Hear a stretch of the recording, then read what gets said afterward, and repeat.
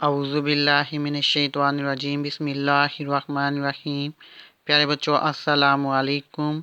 उम्मीद है कि आप सब खैरियत से होंगे। अल्लाह पाक मुझे और आप सबको सेहत तंदुरुस्ती अता फरमाए और हमें ढेरों खुशियाँ अता फरमाए, आमीन। तो क्लास 5 आज हमारे सबक का अनवान है कहानी नवीसी, यानी आज हम जो है वो कहानी लिखने की मशक करेंगे। तो सब बच्चों ने जो है कहानी नवीसी करने से पहले जो है हमें ये इल्म होना चाहिए।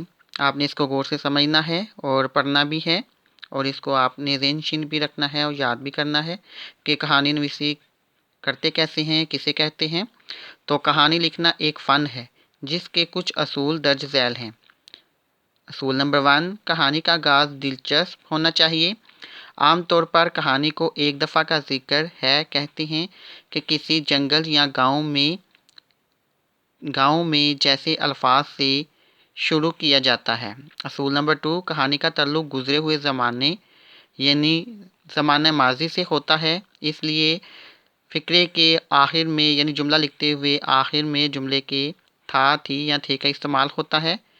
असूल नंबर 3, वाक़यात का तसलसल कहानी की दिलचस्पी को कायम रखता है। असूल नंबर 4, दिए गए इशारात या हाके से कहानी मुकम्मल करने के लिए इशारात को खोलकर यानी मज़ीद वज़ाहत के साथ लिखा जाता है और इस सूरत में कहानी असल हाके से बड़ी हो जाती है। असूल नंबर 5, अनवान तजवीज़ करने के लिए कहानी के मजमूई मज़मून पर गौर कीजिए और मरकज़ी ख़याल को कहानी का अनवान बनाइए।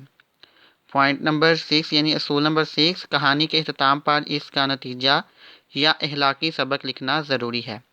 तो क्वेश्चन क्या है, मुंदरजा झैल इशारात की मदद से कहानी लिखिए और कहानी का अनवान भी तहरीर कीजिए।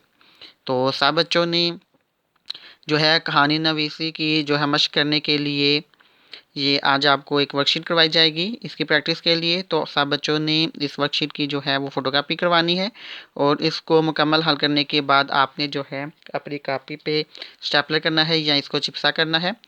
तो ऊपर से सबसे पहले कलसूम ग्रामर स्कूल यानी स्कूल नेम है, उसके बाद सब बच्चे यहाँ पर अपना नाम लिखेंगे। वर्कशीट उर्दू, मजमून उर्दू, तारीख सब बच्चे यहाँ पर तारीख लिखेंगे जिस दिन आप वर्कशीट हल कर रहे होंगे। जमायत पंजम, तो जमायत पंजम आज जो आपकी वर्कशीट है वो क्या है, खाके की मदद से कहानी मुकम्मल करें। यानी एक किसान इसके 4 बेटे, ये कहानी का खाका दिया गया है।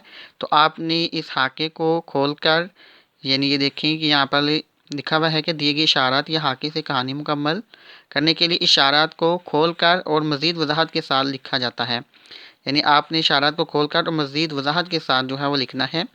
एक किसान इसके 4 बेटे आपस में झगड़ते, लकड़ियों का गट्ठा तोड़ ना सके, गट्ठे को खोलना, लकड़ियों का टूट जाना, किसान की नसीहत, और उसके बाद सब बच्चों ने इखलाकी सबक लिखना है। तो सब बच्चों ने इस वर्कशीट को खुद साथ लिखना है और इसको लर्न भी करना है। तो सब बच्चों ने इसको अगर आप चाहें तो इसकी जो है वो फ़ोटोकॉपी करवा के आपने, ये तो मस्ट है कि आपने जो है ना इसकी फ़ोटोकॉपी करवानी है वर्कशीट की और इसको अपनी होमवर्क वाली उर्दू की कॉपी पर जो है चिपसा करना है, पेस्ट करना है। लेकिन मसला ये है कि जब आपने इस खाके को खोलकर लिखना है तो उसके लिए आप इसके नीचे जो ये ब्लैंक्स दी गई हैं आप इनको भी इस्तेमाल कर सकते हैं। जब ये पेज मुकम्मल हो जाए तो आप अपनी उर्दू की कॉपी के नेक्स्ट पेज पर जो है वो कहानी को तहरीर करें। तो कहानी तहरीर करने के लिए आप पेंसिल और स्केल की मदद से दोनों तरफ मार्जिन लाइन लगाएं। ऊपर तारीख लिखें 9 दिसंबर 2020, अनवान घर का काम, दिन बुध, अनवान कहानी नवीसी, इत्तेफाक में बरकत। अनवान क्या है, कहानी का इत्तेफाक में बरकत। तो इस तरह से आपने ये कहानी मुकम्मल लिखनी है। यानी जो वर्कशीट है उसके ऊपर सिर्फ खाका दिया गया है यानी माइंड मैप दिया गया है आपको। तो आपने इस खाके को खोल कर यानी उसकी मज़ीद वजाहत करनी है। तो आपकी ये जो है कहानी जो है वो मुकम्मल हो जाएगी और आखिर में आपने नतीजा लिखना है, इत्तेफाक में बरकत है। तो कहानी क्या है, एक दफ़ा का जिक्र है कि किसी गांव में एक किसान रहता था। इसके 4 बेटे थे जो हर वक्त आपस में लड़ते झगड़ते रहते थे। किसान इनके रोज़ रोज़ के लड़ाई झगड़ों से बहुत तंग था। एक दिन वो शदीद बीमार हो गया। उसने अपने बेटों को समझाने का एक तरीका सोचा। उसने अपने बेटों से लकड़ियाँ मंगवाईं और सब लकड़ियों को इकट्ठा करके बांध दिया। फिर सबको लकड़ियाँ तोड़ने का कहा। सब ने बारी बारी लकड़ियों को तोड़ने की कोशिश की, मगर लकड़ियों का गट्ठा तोड़ ना सके। किसान ने फिर इन्हें लकड़ियों का अलग अलग करके तोड़ने का कहा।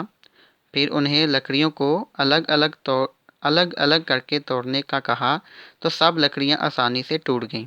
किसान ने बेटों को नसीहत करते हुए कहा कि गट्ठे की तरह एक रहोगे तो कोई तुम्हें नुकसान नहीं पहुंचा सकेगा। अगर लकड़ियों की तरह अलग अलग रहोगे तो कमज़ोर पड़ जाओगे और जो भी चाहेगा तुम्हें बर्बाद कर देगा, यानी नुकसान पहुंचाएगा। गट्ठे की मिसाल से किसान के किसान के बेटों की समझ में ये बात आ गई कि इत्तेफाक में बहुत ज़्यादा बरकत है। चनाचा वो मिलजुल कर रहने लगे। नतीजा इत्तेफाक में बरकत है। तो इस तरह से सब बच्चों ने जो है वो अपनी कहानी जो है वो मुकम्मल करनी है और इसको आपने ज़ुबानी लर्न भी करना है और ज़ुबानी लिखने की मशक भी करनी है। तो सबसे पहले आपने इसको अपनी नीट कॉपी पर होमवर्क वाली कॉपी पर नीट फॉर्म में जो है नीट करना है, राइट करना है, यानी खुशात आपने लिखना है और लिख कर मुझे चेक भी करवाना है। शुक्रिया।